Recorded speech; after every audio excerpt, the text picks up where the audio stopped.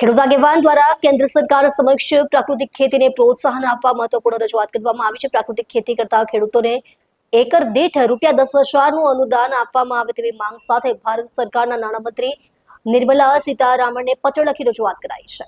પત્રમાં લખ્યું છે કે દેશના કુલ જીડીપીમાં કૃષિ ક્ષેત્રનો અંદાજિત 16 થી 20% હિસ્સો છે। હાલમાં ભારતના ખેડૂતો રાસાયણિક ખેતી છોડીને ધીરે ધીરે પ્રાકૃતિક ખેતી તરફ વળે છે, જે પર્યાવરણ અને માનવ આરોગ્ય માટે લાભદાયી સાબિત થઈ રહી છે। ખેડૂત આગેવાને જણાવ્યું છે કે ભારત સરકાર ફર્ટિલાઇઝર ઉપર દર વર્ષે કરોડો રૂપિયાની સબસિડી આપે છે। જો આ જ રીતે પ્રાકૃતિક ખેતીને પ્રોત્સાહન આપવા માટે સહાય આપવામાં આવે તો ખેડૂતોની આવક વધશે અને ખેતી ક્ષેત્ર વધુ મજબૂત બનશે। ભારત સરકારે દેશના સંકલ્પ અંતર્ગત પ્રાકૃતિક ખેતીનો વિસ્તાર હાલના 0.14% પરથી વધારીને 20% કરવાનો લક્ષ્યાંક નક્કી કર્યો છે। આ લક્ષ્યાંક સિદ્ધ કરવા માટે ખેતીનું સર્ટિફિકેશન પૂર્ણ કર્યા બાદ ખેડૂતોને એકર દીઠ ₹10,000નું અનુદાન આપવામાં આવે તેવી જોગવાઈ આગામી કેન્દ્રીય બજેટમાં કરવામાં આવે તેવી વિનંતી પત્રમાં કરવામાં આવી છે।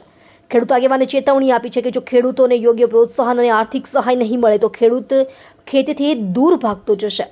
પરિણામે ખેતીનું ક્ષેત્ર ઘટશે અને દેશમાં અન્ન સુરક્ષા સહિત અનેક ગંભીર સમસ્યાઓ ઊભી થવાની સંભાવના છે। આ રજૂઆતને લઈને ખેડૂતોમાં આશા છે કે આગામી બજેટમાં કેન્દ્ર સરકાર પ્રાકૃતિક ખેતીને વેગ આપવા માટે હકારાત્મક નિર્ણય લેશે।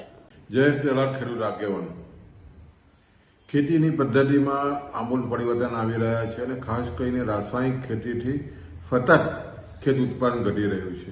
એવા સમયે પ્રાકૃતિક ખેતી ખેડૂતોની તરફ વળી રહ્યા છે અને જે રીતે આગામી બજેટમાં તમે જોવો તો રાસાયણિક ખાતરની કરોડો રૂપિયાની સબસિડી ભારત સરકાર આપતી હોય છે અને બીજી બાજુ જે રીતે પ્રાકૃતિક ખેતીને પ્રોત્સાહન ભારત સરકાર આપી રહી છે અને 2047 વિકસિત ભારતના સપનામાં અત્યારે 0.8% જે પ્રાકૃતિક ખેતી થઈ રહી છે અને વધારીને 20% સુધી લઈ જવાની જે રીતની વાત થઈ રહી છે, ખૂબ જ આનંદની વાત છે।